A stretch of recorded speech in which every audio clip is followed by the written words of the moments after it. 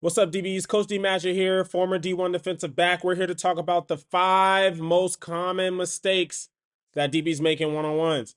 Starting here. And you know why I love these videos, watching these old one-on-ones? Look at the names. Amon-Ra St. Brown, all right? Everybody should know his name. So it's cool to see what they look like in comparison to where they are now.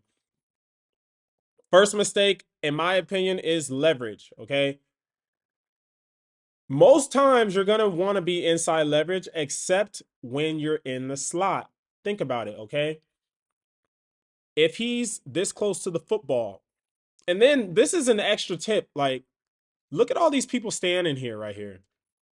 If he's this close to the football, right, and you have all these people standing here, which is usually what one-on-ones looks like, chances are he's going to run an out breaking route. So speed out, wheel route, 10 and out, a corner, a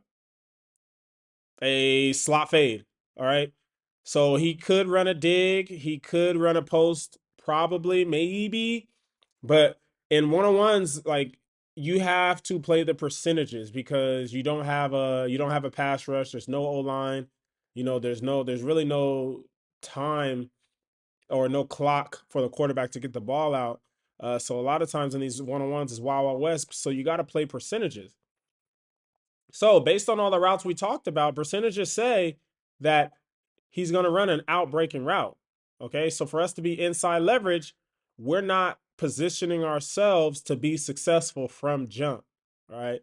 So that is the first mistake I see DBs make is before the ball is even snapped. Are you in the right leverage? Are you playing percentages? Are you putting yourself in the best position to win? And this before the play even starts. Next play. I see this a lot. All right. We get beat on the slant. Okay. Why does he get beat on the slant? I mean, there's a lot of reasons. Okay. But this is what I see all the time. You want to stay square at the line of scrimmage, meaning you want to move left and right. You want to move lateral. Okay. You want to move on, like, if your feet are on this white line to start, you want to stay on this white line as much as possible. All right. You don't want to open the gate. So if you've ever heard this term, never heard this term, or if you've heard this term, you know exactly what I'm talking about. All right. So opening the gate. So technically on this rep, this leg, this foot right here, the DB's right foot is going to be the hinge of the gate, or not the hinge of the gate, is going to be the part of the gate that locks. All right. So this is going to be the hinge. Okay. So once you walk in the door, this part of the door is going to open first. If we're talking about opening the gate, or this part of the gate is going to open first. All right. So in order to get through that gate, we're hinging and we're opening and we're allowing someone to freely release. So I hope that I hope that example didn't confuse you even more. All right. So this is the hinge of the gate. This is the part of the gate that opens and closes. We want to keep the gate closed. You don't want to open the gate. Why? Because it creates free releases. If he can if he can release in a straight line, he is controlling the rep. Okay. So he controls the rep. And 9 times out of 10, when you open the gate, you're going to end up running and reacting. Boom, undercuts you. This is literally how they draw slants on paper. Up, in. So we didn't provide any resistance. All right. So, hey, coach, you told me to not open the gate. I have the correct leverage. Why did I lose? Well, Jimmy, John, you crossed over. Okay. So when you're playing press man, you never, and let me think about this quickly. I don't think there's ever an instance in press man, when when your first step should be a crossover step, meaning you're crossing your feet. All right. And I wouldn't even consider press bail as press man. Like, it's a whole different thing. So to my knowledge, you should never, ever, ever have your first step be a crossover step. Okay. You want to stay square. So you want to take lateral steps, step replace. So my right foot steps, my left foot steps. My right foot steps again, my left foot steps again, and vice versa. All right. So again, Overreacting to this one step by the receiver gets us to cross our feet, even though we had correct leverage, outside leverage here because he's close to the hash. We don't open the gate. Technically, he can't run in a straight line, but we crossed over. When you cross over, you can't counter. All right. So counter, right? Counter. He gives his first move. All right. And then he gives his second move.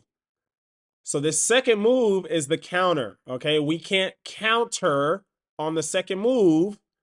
Okay. Because we crossed over. Next play. So, and I love this rep. This is Patrick Surtain. And I love, man, you got Patrick Surtain in high school, man. So Patrick Surtain, his dad played in the NFL, so he should know. And I think he had to be a 5-star, so he should know how to play correct press man. All right, so let's watch him. He stays square. Okay, he doesn't open the gate. He has, looks like he has correct leverage. Okay. So coach, why did he lose? Well, when you do everything right and you're able to get two hands on a guy, this is what I see a lot of times in one-on-ones. You're over aggressive. You're too handsy. We get a jam. We get another jam. We got him off that plane. Okay. We widen the release. That's all we want to do. Get hands on, widen that release. Look how far. So we squeezed him. Let's say 1, 2, 3, 4 steps. He has to take 4 steps laterally before he can get vertical. That's exactly what we want to do. Keep your hands off. Now we want to play with our eyes and our feet and our body. We over jam, and now look, boom. Now we put ourselves out of position. Okay. So I see this all the time, guys. I see this all the time. Guys are too aggressive in phase two. Phase two. So phase one is the first 5 yards. Do you get hands on? Boom. We won the first 5 yards. We're on top and we delayed the release. Phase two. Now we want to get ready for the break. Keep our eyes and play with our eyes, feet, and our body, not our hands. We over jam. Even Patrick Surtain can make mistakes. Now, coach, you talked about phase two. What is phase two, and where are my eyes supposed to be? So there's there's two forms of bad eyes. We're going to talk about the first one here. First one, you should never be looking a receiver dead in his eyes, okay? Because the head and the shoulders can lie. We want to key the midsection, okay? So from I would say the leverage knee to right below the chest is where we should look. That moves the least, okay?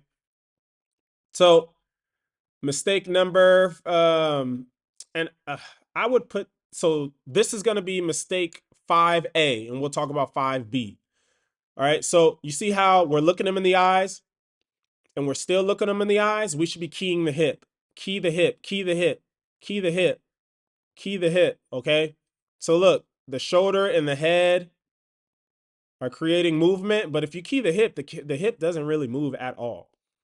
So only watch this hip, only watch this hip. There's not much movement there, okay?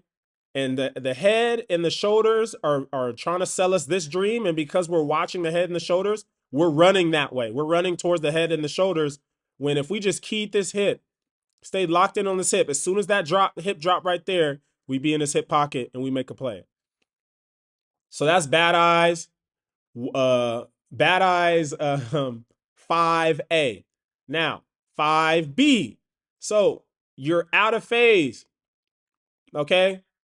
We get beat, meaning we're out of phase. There's space between us and the receiver. Right now it looks like at least 3 yards of separation between us and the receiver. Instead of locking in and finding the receiver, we're ball watching. All right?